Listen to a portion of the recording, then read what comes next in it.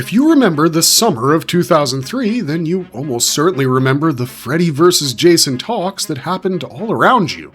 Well, it was stuck in a development hell of its own for almost a decade, with as many as 7+ draft scripts. It proved to be worth every minute that wait took because it was a massive hit right upon release, with a whopping $82.6 million at the domestic box office and about $115 million worldwide gross. It was a clear financial victory, easily the best performance either franchise had had in years. But with such a win, of course, it deserves to be talked about more, and that's why we're here today. We're actually here to talk about the sequel to this movie that never actually made it to the big screen, which is what Freddy vs. Jason vs. Ash would have been. Yup, the famous 6-issue limited comic series was originally slated to be a movie sequel for Freddy vs. Jason, and it's a fascinating story, so let's dive into the details. Swallow this. The Freddy vs. Jason movie deliberately leaves both Freddy and Jason alive, hinting at a possible sequel. It wasn't a closure, it was a setup. More is coming. So, immediately after the movie, everyone's first thought was, when's the sequel? Followed by, what's going to happen and who else will be in the third entry? The obvious answer for many was Ashley J. Williams from the Evil Dead series. And I mean, who better, honestly? He's the one horror hero who actually survives his movies, so this crossover was like the horror fan dream of the early 2000s, and the way the story for this sequel was treated, and the potential that this movie had, made it something that fans were really looking forward to. So when the whole idea tanked, no one was more disappointed than the eagerly awaiting horror fans. It's still something that pisses people off, and honestly, rightfully so. Okay, for everybody who doesn't know as much about Evil Dead, you might be a little confused about Ash, so let's brush up on that character a bit. Ashley J. Williams, played by Bruce Campbell, is part of the Evil Dead franchise and is one of the most beloved characters in the history of horror cinema. His grit, pure determination, and stupidity helps him get through every movie he's in, and how he manages that is something nobody ever understands, but it's also part of what makes him such an interesting character. In the movies, he's a store employee from S-Mart who somehow ends up at a cabin in the middle of the woods, the same place where the Necronomicon, or the Book of the Dead, is kept. Because of that book, Ash's friends and his girlfriend slowly start becoming Deadites, evil zombies bent on death and destruction. Also, Ash's right hand gets infected, so he has to cut it off and replace it with a chainsaw, which is one of the coolest things to ever happen in a horror movie. His character is the protagonist in The Evil Dead, Evil Dead 2, and Army of Darkness, and years afterwards in the Ash vs. Evil Dead TV series. Ash Williams is unlike Freddy and Jason, both of whom are actual monsters, whereas our Evil Dead hero is definitely a human being. A deeply flawed and incompetent one, but still a human who somehow keeps on winning. But that doesn't make him an unstoppable supernatural killer. He's just stubborn and lucky and meaner than the actual monsters.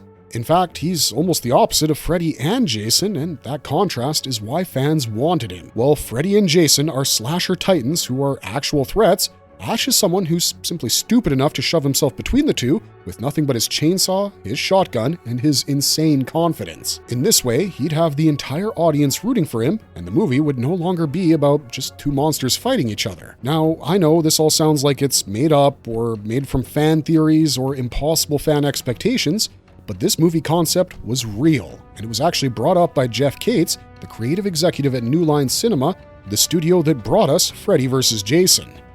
He developed this Freddy vs. Jason vs. Ash treatment, which is often referred to as the FVJ2 or FVJVA treatment, and he was the one who brought in the idea of Ash for the sequel. The center point that would tie the three universes together was the Necronomicon, or the Book of the Dead, which Freddy would use to strengthen his powers and summon Jason once again, and Ash would be brought in as he's the only one who knows the actual story behind the book and its workings, and basically how to destroy it. What I'm trying to say is that this treatment actually had that energy and the potential and was impressive enough to the point that when the film idea fell apart, DC/Wildstorm and Dynamite later adapted it into a 6-issue comic series, Freddy vs. Jason vs. Ash. But getting back to the movie, New Line had everything ready, and now all that was needed was to bring the Evil Dead cast on board. But this is exactly where things fell apart. New Line reached out to the Evil Dead Brain Trust, who controlled Ash's character, Bruce Campbell, Sam Raimi, and Rob Tapert,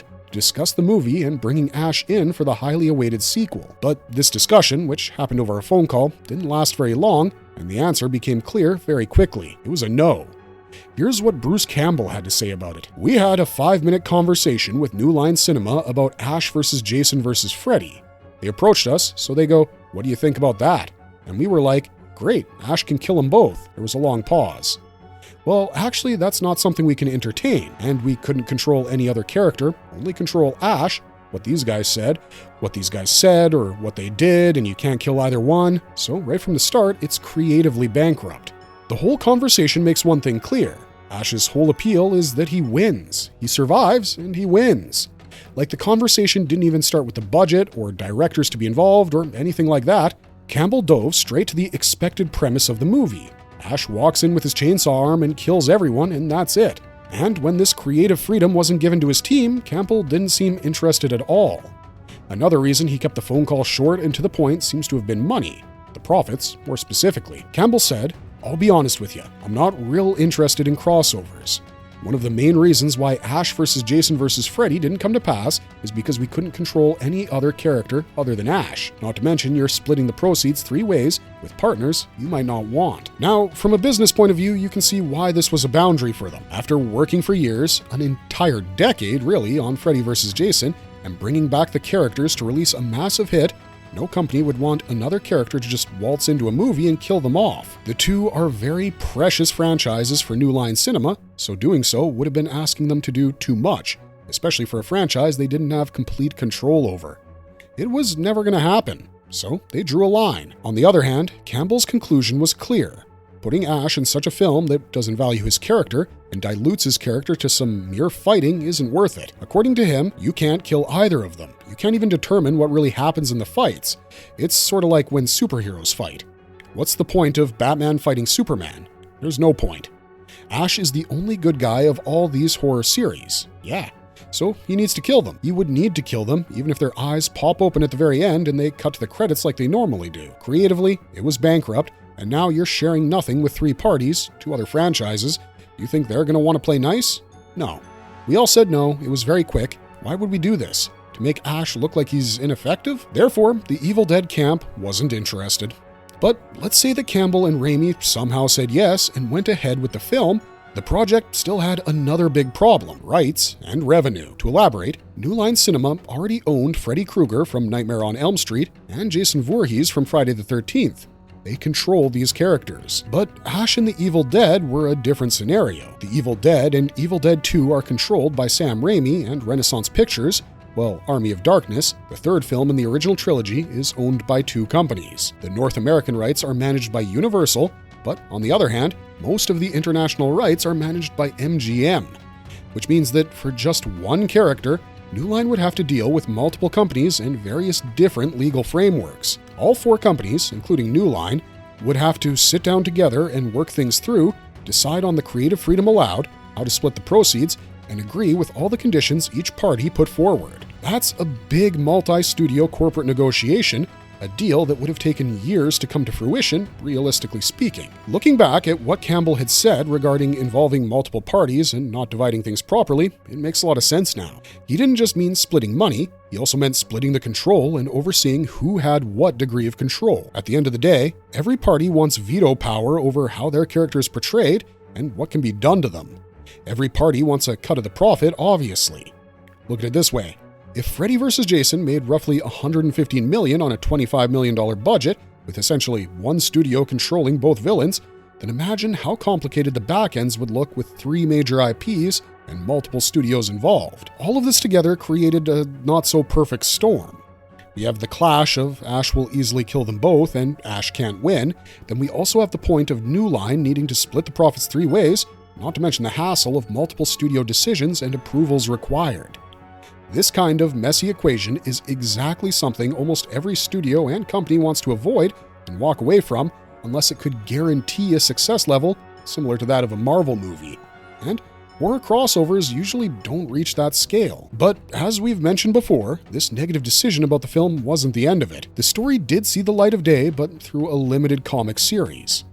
written by Jeff Cates and James Kuhorik, and then illustrated by Jason Craig and published by Wildstorm/DC and Dynamite Entertainment from November 2007 to March 2008, we actually did get a 6-issue Freddy vs. Jason vs. Ash comic series, a direct adaptation of Jeff Cates' treatment. The story is set about 5 years after Freddy vs. Jason, and continuing from that ending, Freddy is still trapped in Jason's subconscious looking for a way out, while Jason continues his killing. What happens is that the Necronomicon turns up at the Voorhees house at Crystal Lake, and upon seeing it, Freddy manipulates Jason into retrieving it for him. Freddy knows the power it holds. Meanwhile, Ash is again working at the S-Mart when all of a sudden chaos ensues, and he gets dragged back into the book's mess. However, there's a crucial difference between Cates' treatment for the movie and what was ultimately used in the comic. In the book, Ash gets to fight and win and have an actual story revolving around him. The story is built around his relationship with the Necronomicon, understanding what it is, its history, and how to use and destroy it. He's the protagonist. The comic series was so well received by readers that it warranted a sequel. Freddy vs. Jason vs. Ash, The Nightmare Warriors, is another 6-issue run by Dynamite Entertainment in 2009, which brings in more characters from The Nightmare on Elm Street and Friday the 13th. Cates and Kuhorik wrote the sequel as an epic fanboy story and were inspired by the Crisis events from DC Comics. They modeled the Nightmare Warriors on a Justice League-style superhero team. What the writers essentially tried to do was bring together 3 separate mythologies and combine them into one coherent continuity. The illustrator, Jason Craig, said, "This is the DC Crisis of horror. This is the movie they could never afford to make." Jeff Cates, meanwhile, said, "All of us involved with this book love these films and these characters and know them all inside and out, making this the definition of labor of love. This is really a love letter to these characters, as well as the survivors we've come to know and love over the years. So I'd ask that you think of this as being for fans by fans. And I hope that you'll enjoy the ride." You'd think that that would be the end of all the problems the movie would face, but there was another final issue looming over their heads: the shift in industry trends. Suddenly, it was no longer the age of horror crossovers, but more the age of remakes and reboots. We got the Texas Chainsaw Massacre reboot in 2003, the Amityville Horror reboot in 2005, the Friday the 13th reboot in 2009, and many more. Studios were realizing that it was simpler and often more profitable to reset continuity than to cater to old continuity. For example, Platinum Dunes rebooted Friday the 13th and Nightmare on Elm Street in 2009 and 2010 respectively, and Evil Dead got a remake in 2013 by Sam Raimi himself. While all of this was happening, Robert Englund, who played Freddy, retired from the character after long hours of makeup and prosthetics. Bruce Campbell also eventually retired from playing Ash, saying that he did what he wanted to do with his character and had enough of it. Meanwhile, Friday the 13th IP got bogged down in a long battle between Victor Miller and Sean Cunningham, bringing a halt to Jason's future for years to come. To sum up all that mess, what actually happened was a 5-minute phone call for a movie concept that made a lot of sense on paper and also seemed like something that would definitely make the cut, but that 5-minute conversation was a failure because neither party agreed to compromise for reasons that were good enough, I guess. Apart from that, there were issues with rights and revenue and also the whole culture shift in regards to horror movies. A lot had been going on, but unlike a lot of movies that don't make it to the screen due to issues like development hell and endless revisions, this movie died mostly due to a not-so-fruitful phone call. In the end, the 6-issue limited comic series turned out to be the product of an unmade movie. If you want to see the version where Ash actually gets to chainsaw his way through both franchises, it exists. Not on film, but in 6 issues of Freddy vs. Jason vs. Ash and 6 more of Nightmare Warriors. It's not the movie we were promised, but it's the closest thing we've got, and it's pretty dang good for what it is. So, do you guys still want a movie based on this crossover, or has it gotten a little too late for it? What do you think? And have you ever read the comics? Let us know what you thought of them in the comments down below, and don't forget to like and share this video and subscribe to our channel if you want to see more stuff like this. Otherwise, thanks for watching, stay safe out there, and we'll see you guys in the next one.